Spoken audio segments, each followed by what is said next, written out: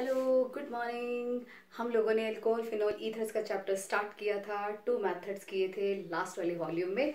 आगे हम कंटिन्यू करेंगे। थर्ड मेथड है the chapter is alcohol phenols and ethers volume 2। So third method of preparation of alcohols is reduction of aldehydes, ketones, carboxylic acids and esters. Reduction is carried out with either sodium and alcohol mixture. When we drop sodium in alcohol, hydrogen gas is liberated. That is basically doing the reduction. Or we can use hydrogen in the presence of nickel. What is the function of nickel? Nickel absorbs hydrogen on its surface and breaks down and releases nascent hydrogen. So hydrogen and nickel, this is also working as reducing agent. Or you can use sodium borohydride or lithium aluminium hydride. Out of these 4 reducing agents, you can use any of these. So these are the reducing agents. Now, reduction of aldehyde. Suppose, let us take the example of ethanol. When ethanol is reduced by any of the reducing agent, let's for example take NaBH4 और लीला, हम इसको लीला कहते हैं, lithium aluminium hydride को हम लीला कहते हैं। CH3CHO से हमें मिलेगा CH3CH2OH, यानी कि we are getting primary alcohol. Aldehydes की रिडक्शन से हमें प्राइमरी अल्कोहल मिलेगा। और कीटोन की, acetone I have taken, acetone की रिडक्शन से हमें मिलेगा secondary alcohol. So we are getting secondary alcohol. Okay. और अगर हम कार्बोक्सिलिक एसिड ले लेते हैं तो कार्बोक्सिलिक एसिड का थोड़ा सा नखरा है। बोलते हैं देखो NaBH4 के साथ तो मैं अपनी रिडक्शन करूंगा नहीं, मैं करूंगा लीला के साथ, यानी कि लिथियम एल्यूमिनियम हाइड्राइड के साथ। या फिर एक और ऑप्शन भी होती है, B2H6 हम यूज कर सकते हैं, डाइबोरेन के साथ भी रिडक्शन करता है। And this is followed by the hydrolysis और एसिडुलेटेड वाटर। H3O पॉजिटिव का मतलब है कि वाटर में हमने एसिड डाला हुआ है। इट इज इधर H2O/H पॉजिटिव और H3O is the same thing. Okay, इसके साथ हमें मिलता है CH3CH2OH, यानी कि we are getting once again primary alcohol. ठीक है, बट लीला तो बहुत एक्सपेंसिव है। एक्सपेंसिव होने की वजह से हम लोग क्या करते हैं, अगर हमें कार्बोक्सिलिक एसिड की रिडक्शन करनी हो तो हम पहले इसको एस्टर में कन्वर्ट करते हैं। कैसे? 10th क्लास का हॉट क्वेश्चन था, कार्बोक्सिलिक एसिड प्लस अल्कोहल को जब हम सल्फ्यूरिक एसिड की प्रेजेंस में ट्रीट करते हैं तो हमें एस्टर मिलता है CH3COOC2H5। अब इस एस्टर को आप इसके साथ रिड्यूस कर सकते हैं, हाइड्रोजन और निकल के साथ भी कर सकते हैं, सोडियम अल्कोहल के साथ भी कर सकते हैं। तो आप इसकी रिडक्शन कर दीजिए तो आपको एक तो इथेनॉल वापस मिल जाएगा which we have taken here, और एक आपको एसिड का मिल जाएगा primary alcohol CH3CH2OH plus C2H5OH। Okay, एक और आपको इंटरेस्टिंग बात बताती हूँ, सोडियम बोरोहाइड्राइड NaBH4 बोलता है ना का मतलब मैं किसी और को रिड्यूस नहीं करूंगा, सिर्फ एल्डिहाइड और कीटोन को रिड्यूस करूंगा, जैसे कि CH3CH double bond CH3CHO। Suppose इसमें हमने NaBH4 यूज कर लिया। अब ये NaBH4 कहता है कि मैं इसकी रिडक्शन नहीं करूंगा, राइट? अगर कोई डबल बॉन्ड यहां होता इसके साथ कॉन्जुगेशन में तो करता, कहता मैं इसकी रिडक्शन नहीं करूंगा, केवल मैं इसकी रिडक्शन करूंगा। सिमिलरली अगर आपके पास ये वाला कंपाउंड है से, अब आपने इसकी रिडक्शन NaBH4 से कर दी। देखो ध्यान से, ये एस्टर ग्रुप है और ये कार्बोनिल ग्रुप है, तो ये कहता है मैं केवल इसकी रिडक्शन करूंगा, इसकी मैं नहीं करूंगा। सो इस केस में ये केवल इसकी रिडक्शन कर रहा है, CHO को अल्कोहल में कन्वर्ट करेगा। इस वाले केस में ये NaBH4 इसको नहीं करेगा रिड्यूस, केवल इसको करेगा, तो यहां पे आपको सेकेंडरी अल्कोहल मिल जाएगा। ठीक है। और अगर हम सेम रिएक्शन लीला के साथ करते हैं तो लीला कर देती है रिडक्शन, लेकिन NaBH4 बोलता है ना, Na है ना इसमें, इसलिए बोलता है ना कि मैं केवल एल्डिहाइड कीटोन की रिडक्शन करूंगा, बाकी पूरे मॉलिक्यूल में कहीं भी कुछ पड़ा हो तो मैं रिडक्शन नहीं करूंगा। बट हाँ, अगर डबल बॉन्ड CHO के साथ कॉन्जुगेशन में होगा, अगर ये डबल बॉन्ड यहाँ होता इसके साथ कॉन्जुगेशन में, तो ये इसकी रिडक्शन करता। ये क्वेश्चन आपकी NCERT के इंडेक्स में भी है। So this is about the reduction of aldehydes and ketones. और अगर आप कार्बोक्सिलिक एसिड्स एंड एस्टर्स, अगर आपको याद हो फर्स्ट एंड सेकंड मेथड जो हमने किया था, उसमें हमने एल्कीन में वाटर ऐड किया था, डायरेक्ट एडिशन और हाइड्रोबोरेशन ऑक्सीडेशन। थर्ड मेथड हो गया reduction of aldehydes and ketones. और अब हमारा फोर्थ मेथड है फ्रॉम ग्रिग्नार्ड रीजेंट्स। देखो, मैं टॉपिक को बार बार रिवाइज नहीं कर रही, रिवाइज करने से वीडियो लॉन्ग हो जाएगी एंड मोर ओवर आपको ज्यादा टाइम लगेगा, राइट? सो आप अगेन एंड अगेन रिवाइंड करके देख सकते हैं। हमारा फोर्थ मेथड है from Grignard reagent. Grignard reagent को हम लोग क्या कहते हैं generally? RMgX, alkyl group, magnesium और हैलोजन, RMgX कहते हैं। ग्रिग्नार्ड रीजेंट को हम लोग एल्डिहाइड के साथ ट्रीट करेंगे, कीटोन के साथ भी करेंगे, एस्टर के साथ भी करेंगे, और एल्डिहाइड का जो फर्स्ट मेंबर है फॉर्मेल्डिहाइड, हम उसके साथ भी इसकी रिएक्शन करके देखते हैं। लेट अस सी कि क्या बनता है। CH3MgBr, this is methyl magnesium bromide, Grignard reagent methyl magnesium bromide, plus हम ले लेते हैं HCHO, this is methanal HCHO। You know, Grignard reagent की एक हैबिट है, क्या? बेवफा काइंड का है। आप ग्रिग्नार्ड रीजेंट में कुछ भी डालिए, ये एल्काइल को बोलेगा निकल जाए यहां से, इसको निकाल देगा, हर रिएक्शन में निकाल देता है ये। तो ये कहता है मैं कहाँ जाऊं? कहता है C और डबल बॉन्ड O है, तू C पे चला जा। इसने बोला क्यों, मैं O पे नहीं जा सकता? कहता है O पे तो मैं जाऊंगा क्योंकि पॉजिटिव चार्ज तो मेरे ऊपर है। ऐसे कैसे? बिकॉज मेटल्स के ऊपर हमेशा पॉजिटिव चार्ज होता है। तो ये खुद तो यहाँ चला जाएगा, मिथाइल को यहाँ सेंड कर देगा। ये देखो, ये यहाँ आएगा, डबल बॉन्ड यहाँ शिफ्ट हुआ, ये पूरा का पूरा यहाँ पे अटैक बोल देगा। देखो ध्यान से, HCOMgBr H और यहाँ पे आ गया मिथाइल। ये एक एडिशन कंपाउंड है ग्रिग्नार्ड रीजेंट का, कभी भी स्टेबल नहीं होता। आप इसकी हाइड्रोलिसिस कर दीजिए, राइट? हम इसकी हाइड्रोलिसिस करेंगे तो व्हाट विल हैपन? ये वाटर के OH के साथ विल रन अवे, भाग जाएगा, और वाटर का H यहाँ पे लीव करके जाएगा, CHOH और यहाँ पे CH3। ये देखो, अगर हम इसको कंडेंस करें तो CH3CH2OH, यानी कि हमें प्राइमरी अल्कोहल मिला, यानी कि इथेनॉल हमें मिला। ओके, और अगर हम CH3MgBr की रिएक्शन करते हैं किसी और एल्डिहाइड के साथ, पहली रिएक्शन किसके साथ थी? फॉर्मेल्डिहाइड के साथ। सेकंड किसके साथ है? किसी भी एल्डिहाइड के साथ। फंडा विल रिमेन द सेम कि एल्काइल ग्रुप यहां जाएगा और ये MgBr यहां जाएगा, बॉन्ड इसके पास आ जाएगा। ध्यान से देखिएगा आप, CH3CHOMgBr और यहाँ पे आपने मिथाइल लगाया। अब इसकी हाइड्रोलिसिस कर दो, this will run away with OH of water. Hydrolysis किसके साथ करते हैं? एसिड वाला वाटर डाल दो, तो आपको मिलेगा CH3CHOH CH3, यानी कि आपको मिला सेकेंडरी अल्कोहल। ओके, फॉर्मेल्डिहाइड के साथ प्राइमरी अल्कोहल, इथेनॉल के साथ सेकेंडरी अल्कोहल। अब हम कीटोन ले लेते हैं। कीटोन में फिर मैंने मिथाइल मैग्नीशियम ब्रोमाइड को कीटोन के साथ लिया, like this, right?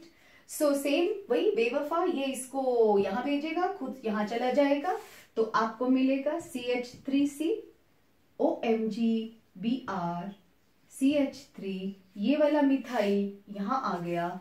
On hydrolysis this will run away with OH of water and here H will attack. COH, CH3 and CH3, ये आपको मिल गया tertiary alcohol. So to sum up, with formaldehyde, we are getting primary alcohol. With any aldehyde other than formaldehyde, we are getting secondary alcohol. With ketone, we are getting tertiary alcohol. Now with ester, CH3MgBr plus CH3COOCH3.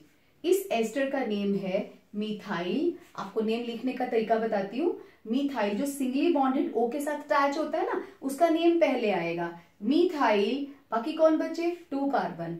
2 carbon का होता है ethane. पीछे O8 लगा दो तो इसका name होगा methyl ethanoate. This is the name of this ester. अब इस केस में क्या होगा? सेम वही बेवफा मिथाइल को भगा देगा और खुद यहाँ अटैक बोलेगा. देखो ये मिथाइल यहाँ आएगा, MgBr will go here and let us try to write it down.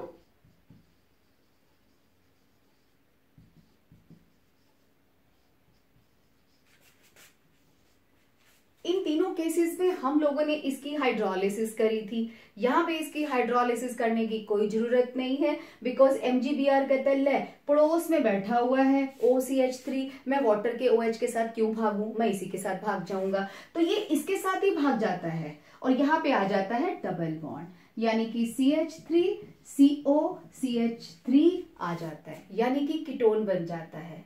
अब कीटोन के ऊपर एक और ग्रिग्नार्ड रीजेंट का मॉलिक्यूल आता है CH3MgBr. अब सेम रिएक्शन इसके हिसाब से चलेगी. देखो ये था ना, ये बन गया. अब ग्रिग्नार्ड रीजेंट आएगा और इसकी हम हाइड्रोलिसिस करेंगे तो हमें मिल जाएगा टर्शरी अल्कोहल. ठीक है. So what is the difference between ketone and ester? The difference is that both of these are giving tertiary alcohol, but one is using the one molecule of Grignard reagent and one molecule of ester is using 2 molecules of Grignard reagent. This is the main difference between these two. To sum up, see clearly, RMgX with HCHO, of course followed by hydrolysis. Understood with the every region it is reacting in 2 steps, one with formaldehyde or aldehyde, another hydrolysis in every case. So RMgX with formaldehyde gives primary alcohol, with any aldehyde gives a secondary alcohol, with ketone it gives tertiary alcohol, with ester it gives ketone, then further RMgX followed by hydrolysis gives tertiary alcohol. So this is the flow sheet of Grignard reagent. Well, आपकी NCERT में question है, देखो बहुत beautiful question है कि एक उसने दिया कि HCHO है. हमें पूछा जाता है, क्वेश्चन है कि ये बताओ कौन सा ग्रिग्नार्ड रीजेंट है और प्रोडक्ट बनाया हुआ है ये वाला. देखो ये प्रोडक्ट बनाया हुआ है. हमें पूछा गया है क्वेश्चन में आपके NCERT में कि ये कौन है. बड़ा आसान है. आप ध्यान से देखो, HCHO हमें ये देगा, रिएक्शन के ओवर होने पर इसका ये बन जाएगा. इसका मतलब ये वाला हिस्सा कहाँ से आया था? ये जरूर वो RMgX ने बेवफाई करके भेजा होगा ये. तो हमारा रिएक्टेंट कौन है यहाँ पे? एक तो ये है और इसके ऊपर लगा हुआ है MgBr या Cl. So this is the answer. हमेशा याद रखना, अगर ये आपने एक बार अपनी नोटबुक पे करके भी देखना है, बिकॉज वंस करना है, उसके बाद तो हम क्विक आंसर निकाल लेते हैं. ये फॉर्मेट आपको पता होना चाहिए. जल्दी से इसका स्क्रीनशॉट ले लो.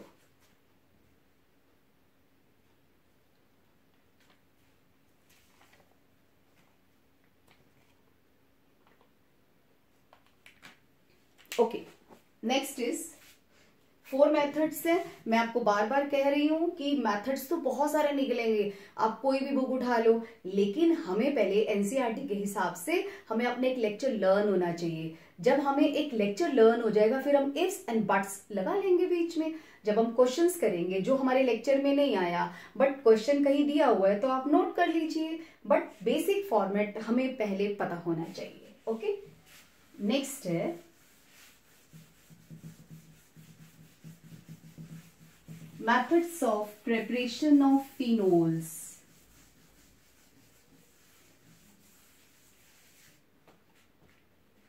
Methods of preparation of phenols. अभी हमने अल्कोहल्स का करा, अब हम फिनोल्स का कर रहे हैं, ठीक है। फिनोल्स का पहला मेथड है वही dose process, chlorobenzene NaOH, concentrated, drastic conditions, 623 kelvin, 300 atmospheric pressure. इतनी ड्रास्टिक कंडीशंस में ये रिएक्शन होगी। ये लास्ट चैप्टर में भी थी हेलो एल्केन्स वाले में। सो यहाँ पे आपका ONA आएगा, ये देखो Cl will be replaced by this, then this upon hydrolysis यानी कि एसिडुलेटेड वाटर वी कैन से, तो आपको यहाँ मिल जाएगा फिनोल मिल जाएगा, ठीक है। इस मेथड को हम डोज प्रोसेस भी कहते हैं, डोज प्रोसेस। यू नो ये इंडस्ट्रियल प्रोसेस भी है, इंडस्ट्रियली भी हम ऐसे ही बनाते हैं। सेकंड है फ्रॉम बेंजीन डायजोनियम क्लोराइड। मैं दोबारा बता देती हूँ, हेलो एल्केन्स में पहले बताया हुआ है। So this is aniline, benzene amine को हम एनिलीन कहते हैं। इसमें आप HNO2 डाल दीजिए, यानी कि HNO2 कहां से मिलेगा? It is not found in the lab, ये बनाना पड़ता है इन situ। किससे बनाना पड़ता है? HCl प्लस NaNO2, दोनों को मिक्स करो। टेम्परेचर 0 से 5 डिग्री C होना चाहिए और आपको मिलेगा बेंजीन डायजोनियम क्लोराइड N2Cl, इसे कहते हैं बेंजीन डाइएजोनियम क्लोराइड।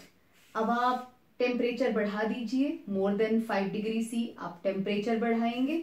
वाटर तो ऑलरेडी बीच में पड़ा ही हुआ है, बिकॉज हमने NaNO2 को वाटर में डिसॉल्व करके डाला था, तो आपको यहां पे मिल जाएगा फिनोल, राइट। नेक्स्ट मेथड है, सबसे पहले बेंजीन की सल्फोनेशन की जाती है, H2SO4 कंसेंट्रेटेड प्लस SO3, इसे हम ओलियम भी कहते हैं और फ्यूमिंग सल्फ्यूरिक एसिड भी कहते हैं। तो आपको मिलेगा बेंजीन सल्फोनिक एसिड, बेंजीन के ऊपर SO3H, बेंजीन सल्फोनिक एसिड। फिर इसको हम रिएक्शन करेंगे NaOH के साथ, you will get here SO3Na, 2 more molecules of NaOH, ये Na2SO3 will run away and you will get here ONA। और सोडियम को H में कन्वर्ट करने के लिए हमें हाइड्रोलिसिस करनी पड़ती विद एसिडुलेटेड वाटर, और हमें यहां मिल जाएगा फिनोल, यहां पे चला जाएगा Na2SO4। यू नो आपके एनसीईआरटी के बैक एक्सरसाइज में क्वेश्चन है कि you are given benzene sulphuric acid and NaOH, लो और जाओ और फिनोल बना के आओ। This is how you have to prepare phenol. आपको 3 चीजें दी गई हैं, बेंजीन दिया गया है, सल्फ्यूरिक एसिड और NaOH, and you are set to prepare phenol. This is how we can prepare phenol by these 3 ingredients. Fourth method है industrial method, damn important, from cumene. Fourth method is from cumene. This is industrial method. Okay, this is industrial method. Means industrial method का मतलब होता है जिसको हम large scale पे बनाते हैं ना, वो। So cumene क्या होता है? देखो, इसे हम क्यूमीन कहते हैं। CH3CH3, इसे हम आइसोप्रोपाइल भी कहते हैं। तो क्यूमीन का अनदर नेम है आइसोप्रोपाइल बेंजीन। ये आइसोप्रोपाइल जो बेंजीन है, इसको एयर में हीट कर देते हैं तो C और H दूर हो जाएंगे, बीच में 2 ऑक्सीजन एंटर हो जाएगी। सो यू विल गेट, ये देखो बीच में 2 ऑक्सीजन एंटर हो गए हैं। अब आप इसको सल्फ्यूरिक एसिड से ट्रीट कर दो, बेंजीन के ऊपर ये रह जाएगा और ये निकल जाएगा एसीटोन की फॉर्म में। तो बेंजीन के ऊपर बचेगा OH यानी कि फिनोल, और ये आपका एसीटोन बाहर निकल गया। इस तरीके से रिएक्शन हमें अच्छी तरीके से याद रहती है। सो क्यूमीन का नेम याद होना चाहिए आपको, आइसोप्रोपाइल बेंजीन होता है। एरियल ऑक्सीडेशन हमने की तो इस C और H के बीच में 2 ऑक्सीजन ने एंट्री मारी, सल्फ्यूरिक एसिड डाला तो OH को छोड़ के बाकी SH बाहर निकल जाता है। आपको प्रोडक्ट्स जो है वो याद रहेंगे। सो इसको नोट कर लो, चारों मेथड्स को, have a screenshot.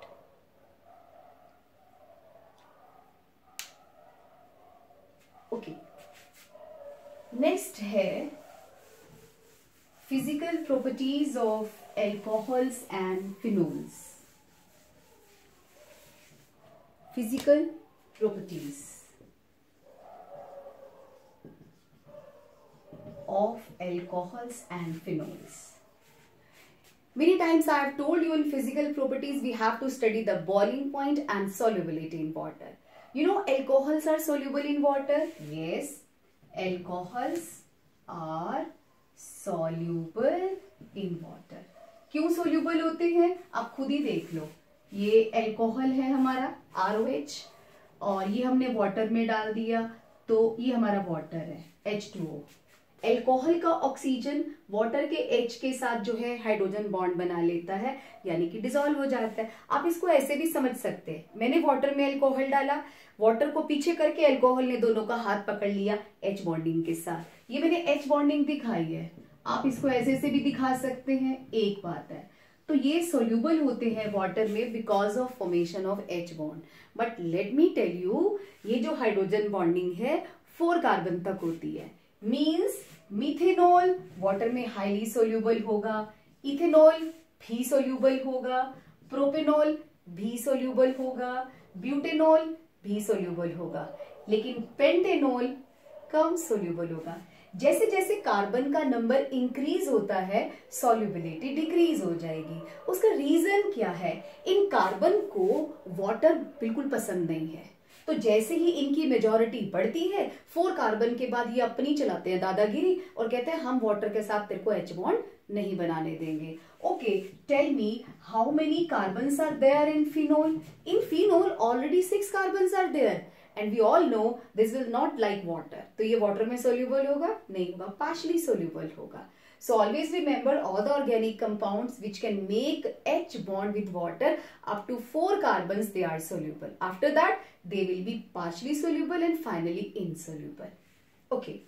Next is boiling point. Boiling point जो alcohols होते हैं इनके boiling point ether से ज्यादा होते हैं और ईथर के हेलो एल्केन से ज्यादा होते हैं और हेलो एल्केन्स का एल्केन से ज्यादा होता है. ये जनरल ट्रेंड है. You know exceptions are always there. किसी किसी जगह पर इनका एक्सेप्शन भी पाया जाता है बट ये जनरल ट्रेंड है. ओके, तो हम अल्कोहल्स की बात करें तो क्या होता है? हमेशा याद रखना कार्बन का नंबर बढ़ेगा तो बॉइलिंग पॉइंट भी इंक्रीज होगा. जैसे ब्यूटेनॉल का बॉइलिंग पॉइंट जो है प्रोपेनॉल से ज्यादा होगा, लेकिन boiling point increases with increase in number of carbon atoms. Okay, but boiling point decreases with branching. What does it mean? इसका मतलब है कि इसका बॉइलिंग पॉइंट इससे ज्यादा होगा क्योंकि वहां पे ब्रांच हो गई है, यहाँ पे ब्रांच नहीं है. ब्रांचिंग के साथ मॉलिक्यूल का सरफेस एरिया डिक्रीज हो जाता है और उसका बॉइलिंग पॉइंट भी डिक्रीज हो जाता है. सरफेस एरिया का बॉइलिंग पॉइंट से क्या लेना देना है? यू नो सरफेस एरिया ज्यादा होगा तो दो मॉलिक्यूल का आपस में कॉन्टैक्ट ज्यादा होगा और अगर कॉन्टैक्ट ज्यादा होगा तो ऑटोमेटिकली बॉन्ड स्ट्रॉन्ग होगा. तो सरफेस एरिया का बहुत बड़ा रोल होता है. सो boiling point decreases with branching but increases with the increase in number of carbon atoms. Okay, ये तो था आपका फिजिकल प्रॉपर्टीज. अब चलते हैं केमिकल प्रॉपर्टीज पे. केमिकल प्रॉपर्टीज के लिए मुझे थोड़ा सा ज्यादा स्पेस चाहिए तो आप इसका पहले तो स्क्रीनशॉट ले लो.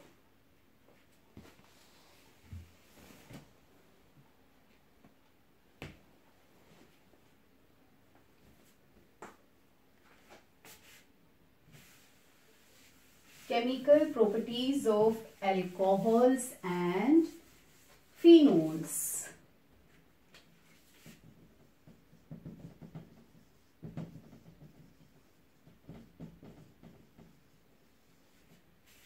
फर्स्ट केमिकल प्रॉपर्टी है एसिडिक नेचर. अगर तुम्हें यह पता लगाना हो कि कोई भी ऑर्गेनिक कंपाउंड एसिडिक है या नहीं है तो इसका हमें कैसे पता चलता है? हम लोग 4 टेस्ट करते हैं. पहला टेस्ट हमने क्या किया, अल्कोहल में सोडियम डाला. आप कोई भी मेटल डाल सकते हैं, magnesium, aluminium, any metal you can add. मैंने ऐड किया सोडियम. अगर किसी भी कंपाउंड में सोडियम डालते ही हाइड्रोजन गैस बाहर निकल जाए तो समझ आना कि वो एसिडिक है। इसमें भी वही हुआ, RONA बना और हाफ ऑफ H2, सोडियम अंदर हाइड्रोजन गैस बाहर। Yes, it is acidic in nature. तो हमने फिनोल के साथ किया, यही सेम सोडियम डाला तो इसने भी रिलीज किया, right, half of H2। Okay, फिर हमने दूसरा टेस्ट किया, कौन सा, हमने ब्लू लिटमस डाला, रेड नहीं हुआ। ये क्या मतलब हुआ? इट मीन्स ये वीक एसिड है, ये बहुत वीक एसिड है। सोडियम के साथ तो हाइड्रोजन निकाल दी, लेकिन ब्लू लिटमस के को ये रेड नहीं कर रहा है। जब हमने इसमें ब्लू लिटमस डाला तो इसने रेड किया। ये तो प्रूव हो गया कि फिनोल अल्कोहल से मोर एसिडिक है। अब तीसरे टेस्ट पे चलते हैं। हमने तीसरा टेस्ट किया, इसमें एक बेस डाला। यू ऑल नो एसिड और बेस मिलके सॉल्ट और वाटर बनाते हैं, तो इसने भी सॉल्ट भी बनाया और वाटर भी बनाया, ONA प्लस H2O। जब हमने इसमें NaOH डाला कोई रिएक्शन नहीं हुई। प्रूफ हो गया कि ये जो है phenol more acidic then alcohol होता है। फोर्थ टेस्ट होता है मीठा सोडा डाल दो, यानी कि NaHCO3 सोडियम बाइकार्बोनेट। मैंने इसमें NaHCO3 डाला, सोडियम बाइकार्बोनेट, सॉरी कोई रिएक्शन नहीं हुई। इसमें तो सवाल ही नहीं पैदा होता, ये दो तो पहले ही नहीं टेस्ट करा, ये कहां से देगा। तो इन दोनों के इन टेस्ट से ये तो प्रूव हो गया कि अल्कोहल लेस एसिडिक है और फिनोल मोर एसिडिक है। अब हम इसका रीजन ढूंढते हैं, वाई का रीजन ये है, जब अल्कोहल में से H निकल जाता है, यानी कि RO negative plus H positive, यानी कि एल्कोक्साइड आयोन बन जाता है और हाइड्रोजन निकल जाता है। तो जो एल्कोक्साइड आयोन है ना, रोने में अड़ जाता है, कहता है हाय मैं तो स्टेबल ही नहीं हूं, ये H गया क्यों, काश ये वापस आ जाता। तो इसीलिए हम इसे कहते हैं इट्स नॉट रेजोनेंस स्टेबलाइज। इसमें कोई रेजोनेंस नहीं है, स्टेबिलिटी नहीं है, तो कोशिश करेगा मुझे कोई H दे और मैं अपने घर वापस चला जाऊं। So it is not resonance stabilized. Okay, आपको पता है इतना भूखा है ये, अगर हम RO को वाटर में डाल देना तो वाटर का भी H+ छीन लेता है। ये देखो ROH प्लस OH। अब इस रिएक्शन से तो ये पता चल रहा है कि ये जो अल्कोहल है ये वाटर से भी नालायक है, यानी कि वाटर से भी वीक एसिड है ये। सो इस रिएक्शन से इंडिकेट होता है कि H जो है वो वाटर ने बड़ी जल्दी दे दिया और RO ने उससे छीन लिया। सो इस रिएक्शन से प्रूव होता है कि alcohol is lesser acidic then even water. Okay, well अब हम चलते हैं फिनोल पे। फिनोल में ऐसा क्या है कि वो बहुत खुश है H+ को देने के बाद। देखो उसकी खुशी का सीक्रेट क्या है। ये वाला फिनोल है, इसमें से H+ निकाल दो, चाहे सोडियम डाल के कैसे भी निकाला, हमने H+ निकाल दिया, ठीक है। इसे कहते हैं फिनॉक्साइड आयोन, राइट। और फिनॉक्साइड आयोन जो होता है ना, रेजोनेंस स्टेबलाइज्ड होता है। रेजोनेंस स्टेबलाइज्ड का क्या मतलब होता है, बहुत खुश है, यानी कि रेजोनेंस करी जा रहा है। और फिनॉक्साइड आयोन कहता है काश H+ वापस ना आए, मैं बहुत खुश हूं। हमने बोला तेरी खुशी का सीक्रेट क्या है, तो बोलता है खुद ही देख लो। पहले हमने फिनोल को देखा, फिनोल रेजोनेंस शो करता है। मैं आपको पहले भी बता चुकी हूँ, दोबारा बता देती हूँ। जब भी बेंजीन पे कोई ग्रुप लगा होता है तो उसको बोलते हैं इलेक्ट्रॉन दे दे, आदत है इसकी, तो ये इससे इलेक्ट्रॉन लेता है। जब कोई भी स्पीशीज बेंजीन के साथ लगी हो इलेक्ट्रॉन देती है, उसे हम +R इफेक्ट कहते हैं। यानी कि रेजोनेंस तो है लेकिन बेंजीन के अंदर इलेक्ट्रॉन्स डोनेट कर रहे हैं। ये यहाँ पे आएगा। आपको पता है इस कार्बन का जो ये डबल बॉन्ड है ना, ये यहाँ शिफ्ट हो जाएगा, नहीं तो इस कार्बन के 5 बॉन्ड्स हो जाएंगे, तो ये यहाँ शिफ्ट हो गया। तो आपको मिलेगा, ये देखो OH this and this. Negative charge यहाँ आ गया। अब ये नेगेटिव चार्ज घूमता रहेगा, एक बार यहाँ, एक बार यहाँ, एक बार यहाँ। ये तो हो गया याद रखने का तरीका। आता कैसे है, जो चार्ज है वो बॉन्ड बन जाता है, बॉन्ड है वो चार्ज बन जाता है। एरोज लगाने आए तो लगा देना, नहीं लगाने आते तो आप वैसे भी लिख सकते हैं, एटलीस्ट रॉन्ग तो नहीं होगा। ये देखो, तो ये आपका आ गया। अब ये नेगेटिव चार्ज यहां से यहां जाएगा, लाइक दिस। ओके, ये बन गई आपकी रेजोनेटिंग। लास्ट में हम क्या बनाते हैं, लौट के बुद्धू घर को आए, यानी कि सारा कुछ वैसे हो जाएगा जैसे शुरू में था, बट बॉन्ड्स की डायरेक्शन बदल जाएगी। ये देखो फिनोल रेजोनेंस शो कर रहा है, और जो भी कंपाउंड रेजोनेंस शो करता है वो स्टेबल होता है। तो हमने इसको बोला तू स्टेबल तो था, तेरे को क्या जरूरत थी H+ निकालने की। अब देखो क्या कहता है, फिनॉक्साइड आयोन, फिनॉक्साइड आयोन भी रेजोनेंस शो करता है, वही सेम तरीका है रेजोनेंस शो करने का। एक बार नेगेटिव चार्ज वहां जाएगा, एक बार पैरा पे आएगा, और एक बार फिर इधर ऑर्थो पे आएगा, फिर लौट के बुद्धू घर को वापस आए सारे, बस बॉन्ड्स की डायरेक्शन बदल जाती है। तो फिनॉक्साइड कहता है मैं ज्यादा खुश हूं इससे। कैसे? कहता है देखो मेरी रेजोनेटिंग स्ट्रक्चर्स में ना ऑक्सीजन के ऊपर पॉजिटिव चार्ज आ रहा है, कितना बड़ा अन्याय है मेरे साथ, मेरी इलेक्ट्रोनेगेटिविटी इतनी ज्यादा है और मुझे पॉजिटिव चार्ज पकड़ा दिया, इसलिए ये 3 स्ट्रक्चर्स उतनी स्टेबल नहीं है। यहाँ देखो, यहाँ मेरे पे नेगेटिव चार्ज है, ये मैंने यहाँ गड़बड़ कर दिया क्योंकि लौट के बुद्धू वही सारा आना था। ये देखो कहता है ऑक्सीजन पे नेगेटिव चार्ज है और किसी भी इस रेजोनेटिंग स्ट्रक्चर में मेरे पे पॉजिटिव चार्ज नहीं है, तो कहता है मैं ज्यादा खुश हुआ ना इससे, अच्छा ही है H चला गया। So that's why phenol is strong acidic in nature then alcohol. कैसे? बिकॉज इसको हम ये कह सकते हैं because phenoxide ion is more resonance stabilized than phenol itself। मतलब फिनॉक्साइड आयोन फिनोल से ज्यादा रेजोनेंस स्टेबलाइज्ड होता है, इसीलिए कहता है कि मैं H को छोड़ूंगा, इसलिए ये स्ट्रॉन्गर एसिड है। और रिपीट नहीं कर रही मैं, इसका स्क्रीनशॉट ले लो, हम अगले टॉपिक पे चलते हैं इसी के साथ ही।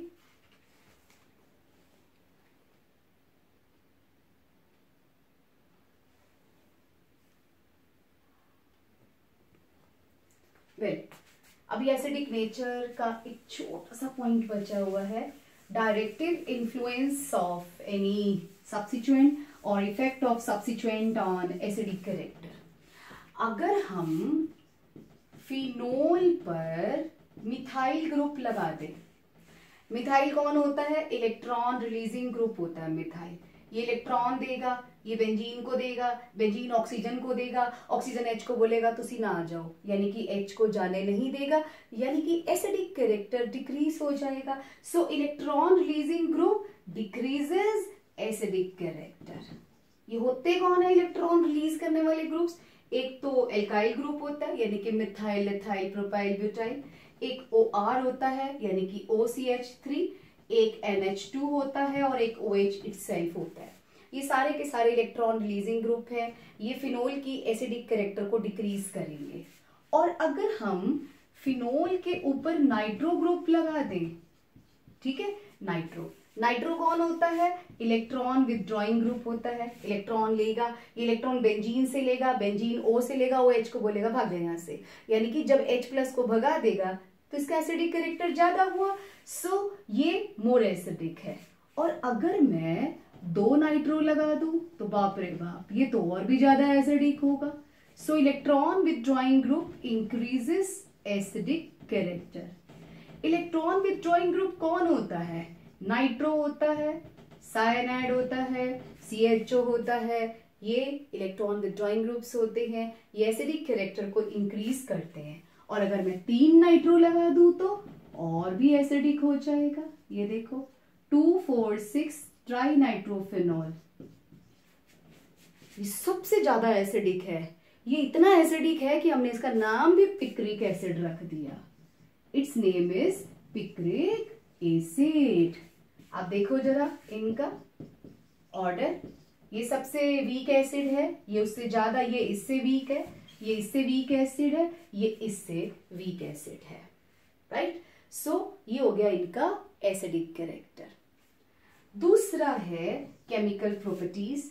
अल्कोहल में जो एसिडिक कैरेक्टर है वो ये वाला बॉन्ड टूटता है। अल्कोहल की एक बड़ी मजेदार बात है, ये इस बॉन्ड को तोड़ेगा तो क्या बन जाएगा, खुद क्या बन जाएगा, न्यूक्लियोफाइल बन जाएगा। और जब ये बॉन्ड यहां से तोड़ता है तो क्या बन जाता है, इलेक्ट्रोफाइल बन जाता है। अगर कोई आपसे पूछे कि अल्कोहल इलेक्ट्रोफाइल भी बन जाता है, न्यूक्लियोफाइल भी बन जाता है, हाउ, तो आप बता देना।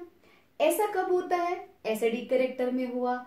एक और भी है, जब ये यहां से टूटता है, न्यूक्लियोफाइल की तरह काम करता है। इसकी दूसरी केमिकल प्रॉपर्टी है, पहली तो एसिडिक कैरेक्टर होगी, एसिड में भी तो यही हो रहा था, H का बॉन्ड टूटा है। दूसरी प्रॉपर्टी है जिसमें ये H टूटेगा, that is esterification. Esterification, esterification क्या होता है, method of formation of ester. किससे बनता है, कार्बोक्सिलिक एसिड एंड अल्कोहल से। सो CH3CH2OH प्लस CH3COOH, ये हो गया आपका कार्बोक्सिलिक एसिड, इथेनोइक एसिड, और ये आपका हो गया इथेनॉल, और ये आपका हो गया इथेनोइक एसिड। अब इन दोनों में थोड़ा सा आप क्या डाल देंगे, sulphuric acid, H2SO4 concentrated, a few drops. जरूरी है, बहुत जरूरी है। कैसे, ये देखो CH3CO, ये यहां से ये आ जाएगा, तो CH3COO CH2CH3, ये देखो इसका OH, इसका H ने वाटर बना दिया और सल्फ्यूरिक एसिड ने उस वाटर को पी लिया, यानी कि एब्सॉर्ब कर दिया, प्लस वाटर। तो सल्फ्यूरिक एसिड को हम यहाँ किस लिए बिठाया, हमने वाटर को एब्सॉर्ब करने के लिए। अगर वाटर एब्सॉर्ब नहीं होगा तो क्या होगा, ये रिएक्शन है रिवर्सिबल, ये रिएक्शन बैक साइड में चली जाएगी। तो सल्फ्यूरिक एसिड का होना बहुत जरूरी है। क्या हम यहाँ कोई ऐसी चीज भी इस्तेमाल कर सकते हैं जो वाटर को एब्सॉर्ब कर ले, यस। आप ड्राई HCl गैस भी यूज कर सकते हो, वो भी वाटर के साथ रिएक्शन करके हाइड्रोक्लोरिक एसिड बना देगी। ओके, इसमें जो क्वेश्चंस आते हैं वो क्या आते हैं, पहला क्वेश्चन तो यही है कि why do we use concentrated sulfuric acid so as to absorb water, otherwise the reaction will go in the backward direction. When HCl gas is used, the name of the reaction will become Fischer-Spear esterification. इसका नाम हो जाएगा Fischer-Spear esterification.